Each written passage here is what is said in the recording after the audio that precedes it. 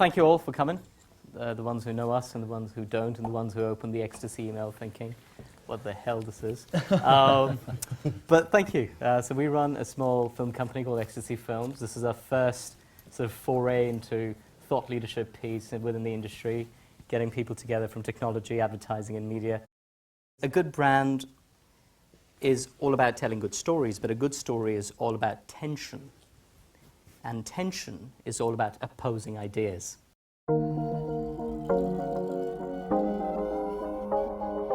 You know, for us, it's simple, right? And I think Mike said it in the comments, right? There's always this intersection, right, of consumers love storytelling, they love narrative, they love to be entertained, be informed.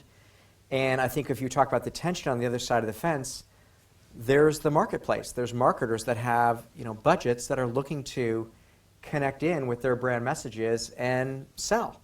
And I think it's done best when people can storytell and persuade in artful ways that get across powerful, impactful brand messages in a way that consumers, you know, enjoy and actually want to pull closer to them versus feel like they are being either intruded upon or bored to death. And I think as time goes on, right, you know, things always shift and we learn as we go in this industry, and there's always new outlets and new channels, and there's things that are exciting for a moment, there's things that come and go. And I think for us, we would maintain that cinema's been a great screen and a great platform for many, many years, that we're now leaning into and taking more, trying to lean more into in terms of technology, content, and data, which you'll hear more about today. But at the end of the day, we want to help people tell their stories, and that's what we're excited about.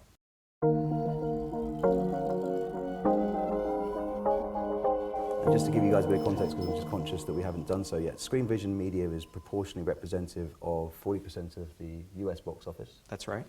And in addition to that, just about 12% of the global box office by percentage. So yeah. Just see that in that. So that's pretty much, and that's 12% of the world's box office, which is probably more like 18 to 19% of the relevant Western box office. So that's bigger than any cinema owner you know, apart from probably the Chinese and Wanda now, having bought Odeon. But in general, that platform is huge. It's 12 million people a week, 500 million people, or footfall a year going through. I mean, it's an amazing canvas.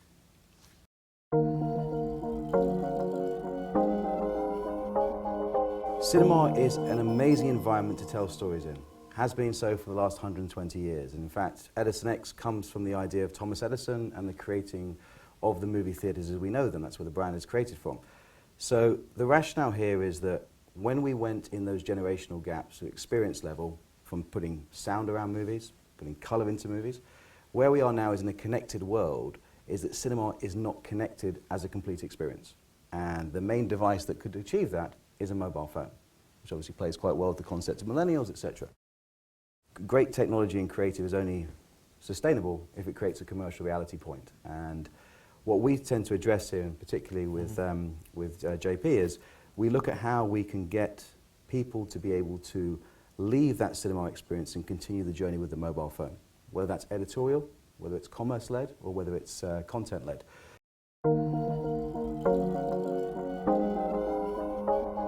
Clear, what we're talking about is an opportunity, a brand new opportunity that's going to start coming where people can exit certainly Screen Vision theaters in the US and more to come globally, and perhaps purchase something from the film they saw, maybe the sunglasses that Tom Cruise was wearing in a Mission Impossible movie, maybe a sweatshirt, maybe a soundtrack, maybe learn more about the movie and have unique content sent to your phone.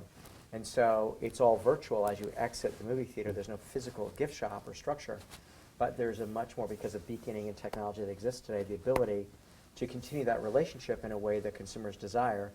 And it's a bit, we think, game-changing for the cinema sector.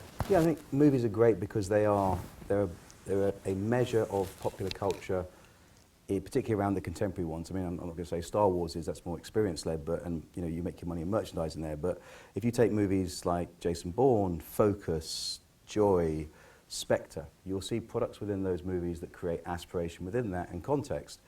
Yet the brands that are located within that movie have no obvious place to put them in front of them. And you'll see Tom Cruise wear a pair of sunglasses and you'll go, I like the sunglasses, but you won't know where they came from. You may be quick enough to spot that it's Tom Ford or Purcell, but you won't know the exact make and model. When you then leave the theater and you go to Google and you type in Tom Cruise Mission Impossible 5 sunglasses, you'll get no results because the content is so premier it's so new. It doesn't exist online at that moment in time. It's not like typing in against a TV show, etc. It's not indexed properly. So that's what we've specialised in doing, is index the entire movie. Every location, every product, whether it's official, non-official, etc. And the ability to, I guess, shop the movie, to be part of that experience as you go.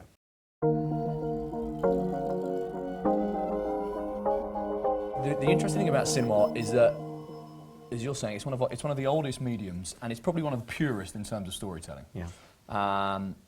And it's probably the last bastion that's held out to technology in a way that is relevant to the change in the behaviour of the audience, because this is just a technology, right? When this first came about, this is a technology, this is a projector, as you say, going back to Edison. But it's kind of got stuck because, ironically, the product has superseded it. It's transcended because of that purity of the message. And the reason I think that is, there's a number of things. One is, when the studios were vertically integrated back in the heyday, it was managed from production through to distribution and exhibition, and it was a fantastic experience. And then they disenfranchised or divested the theatres to be owned separately, and they kind of didn't invest enough. So the challenge we have is a people challenge, but the audiences, we're saying, the millennials and the Gen Zers, and when we talk about Gen Zers, these are not 2 screens at once, these are 5 screens at once, kids. These are easily agitated. They don't sit down for 2 hours without interacting. So the audience is pulling the theatres and the production that way, and this interactive layer that we're adding here, you're not doing anything to the movie. We're not talking about multi-layered digital storytelling here. We're talking about an econ play. Then you're talking about potential augmentation.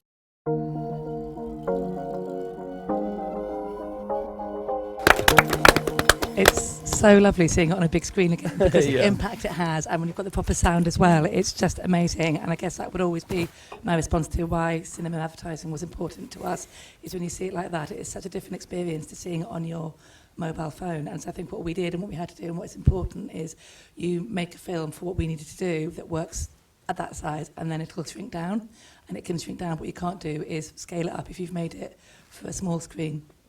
I think cinema, so let's give a bit of a background to the campaign, what we did and what we were trying to do, and I guess try and peg it back to millennials. But this girl kind of owes out of the fact that there's a sustained participation gap between men and women playing sport regularly or being active regularly, and we as an organisation, we're public sector, invest a lot of our money into all sorts of things to get people being active and playing sport.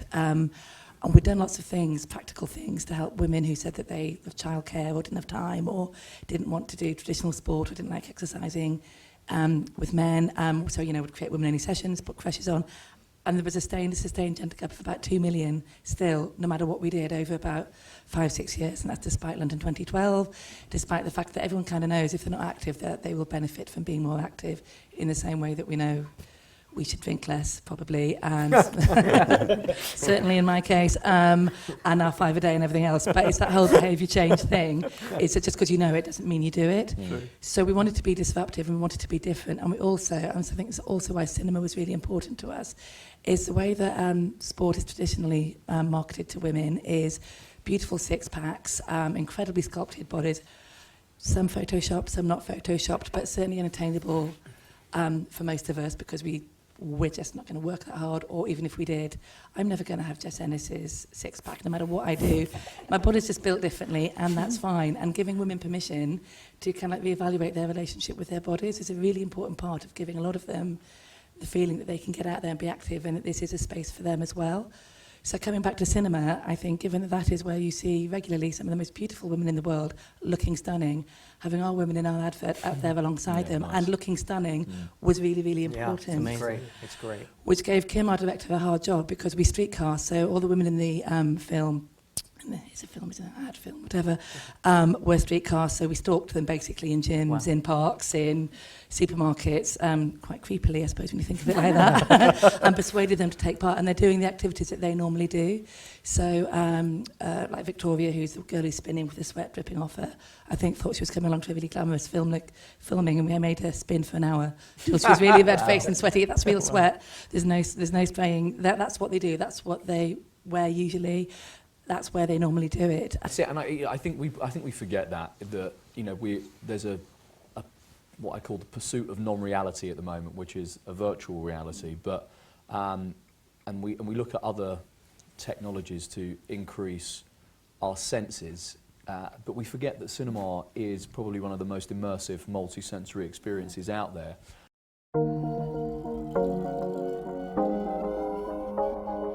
One of the questions that I'm asked quite a bit about this Girl Can is how we develop the creative and where it came from. And it came from insight, data, research, intelligence. And we spent months and months and months going through the research and the data that we had, the research that was out there. We focus grouped, which when you're talking about creativity always feels like a dumbing down thing or a blanding out.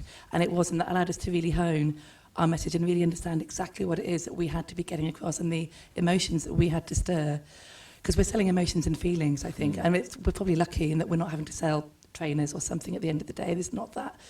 We can sell a feeling. Yes, that does have to translate into quite literally action at some point, but it's a feeling. So to really understand that and stay true to it and to stop, as it went through the various sign-off processes internally, that getting the keenness getting taken away from that and getting blunted, we kept going back to the research. So we spent... If we sort of look at the timelines of developing the campaign, we had months and months and months of research, quite a bit of creativity, and then everything else happened really, really, really, really quickly. It starts with the most unsexy bit, I suppose, of all. It depends what floats your boat, I suppose, but data. How's the conversation been post, like the core of the campaign running or the meat of it? What's the dialogue and how's the... Something that's been really interesting for us actually is because we had two big bursts of Above the Line. We started the campaign digitally, with teasers from the film and little bits of it where we focus on specific aspects and through talking to people on social media and digital and through social listening and all the usual stuff you would expect now. When we dropped the first advertising on TV and then followed by cinema in January last year, we had about 6 weeks where it was everywhere and then we disappeared Above the Line, but we were on digital all the time and then we came back in the summer. So that was the time frame. So we've only really had two quite short bursts of Above the Line. Cinema was involved with both.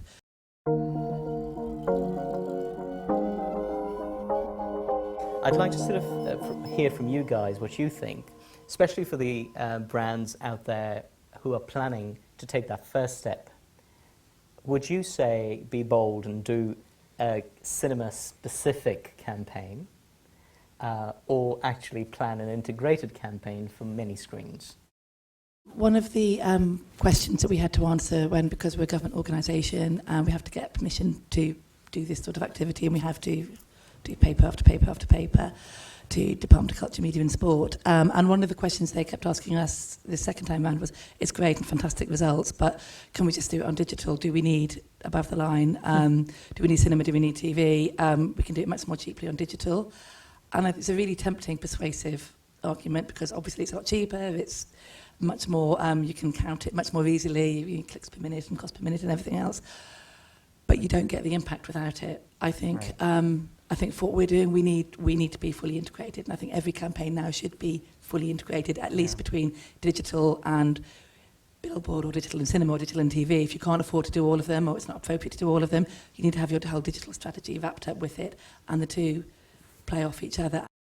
What do you guys think? Yeah, I mean, I agree with you totally. I think cinematic is a word that you use for something that seems quite cinematic, quite bombastic, right? As you just said there as well, it makes a difference when you watch it on a big screen with great sound. Not all ads or all brands need to be on cinema. I think what JC said is really important because I think what has always made marketing and communications a great industry is it's always been a tension between art and science. Yeah. And I think over time we've maybe over-relied on the metrics of science, and algorithms, right, don't impressions make, right? They can maybe on a data spreadsheet, but it doesn't mean this kind of impression. Yeah, yeah. And I think that's what you're getting at. And I think so it's always a blend of the craft or the art and the science that has to come together, and that's where storytelling has to play a role that I think creates more fuel and energy that can then drive it through other outlets that can then be more spots and dots or clicks. But I think you need to invest in something that creates the anchor of the storytelling. And that's what I think has been missing a little bit. Yeah.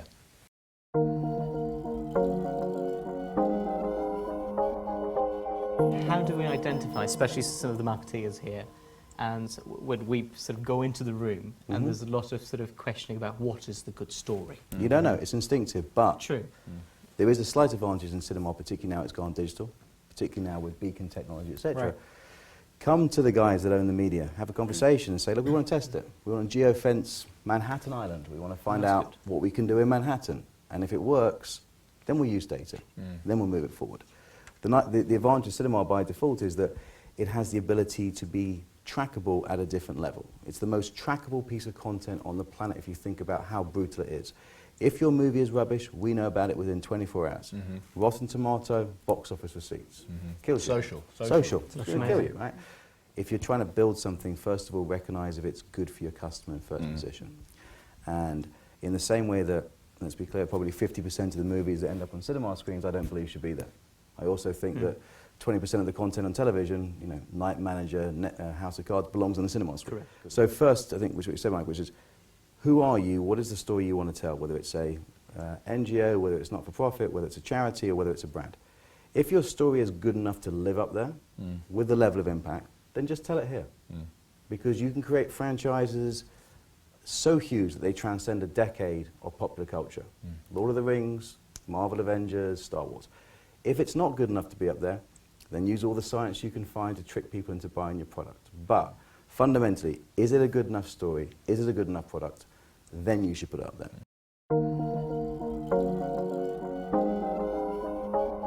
I was just wondering if any of you have any experience with vertical video, and do you think there's a place for it in cinema and these experiences? Verizon in the US have created an over-the-top product called Go90, which is named after the fact that you turn your phone 90 degrees to watch video. It was a bit stupid, actually, because a lot of people on Snapchat only watch vertically. I think, of course, it has a place because I saw a presentation from Snapchat yesterday. They've got over 150... Is it over 150 million daily users? A lot of those are in the US. So if you are looking at it vertically and you're not building for vertical, you're not crafting for vertical, then you are losing out. Because I read that you're 9 times more likely, users are 9 times more likely to finish watching an advert if it's made for vertical. If it's vertical, yeah. I mean, that's it. Because you're not. Again, I'm. And if it's good. It's also and the if it's good. and if it's If good, but exactly. To answer the thing, that it has to, when you play it, as you know, within the Snapchat story stuff and it's vertical, it plays within the actual frame of the user experience. Once you rotate the phone, which is Verizon's problem with Go90 as much as anybody's, you use a different OS system, which basically means the application management system catches up. And the frustration is for consumers is that's not buffering quickly, the sound doesn't do it, it's all over the place. You do, I would caution anybody that thinks that a mobile phone should be spun, it's the wrong way of looking at it.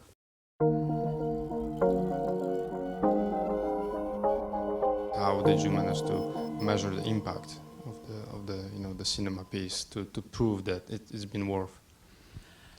Good question. It's a good question. We didn't specifically evaluate the impact of the cinema piece on its own, so it was within the overall marketing mix. What we were able to do is one big advantage we have, sometimes a disadvantage when the figures aren't right, but we as an organisation twice a year do a big survey of participation figures, which is how we knew there was this gap in the first place, and it's really extensive, covers the whole of England and measures how active people have been in the last 4 weeks. So we had absolutely empirical, objective, robust data that's verified by the Office of National Statistics that showed that female participation had gone up during the right time frame to show that the campaign had had an impact, so we could prove that it worked. We then had to demonstrate that it was cheaper to do this campaign than to build more leisure centres, which it is actually. Leisure centres cost a lot of money. And anyway, you can build them and people don't necessarily go. So we had to be able to prove that this was actually cheaper than building swimming pools and what, in terms of what it could deliver in terms of a return on investment. So looking specifically at cinema within that, we didn't do. It was more about doing proper, having big media, above the line budgets to do proper media buying, which includes cinema and will include cinema again.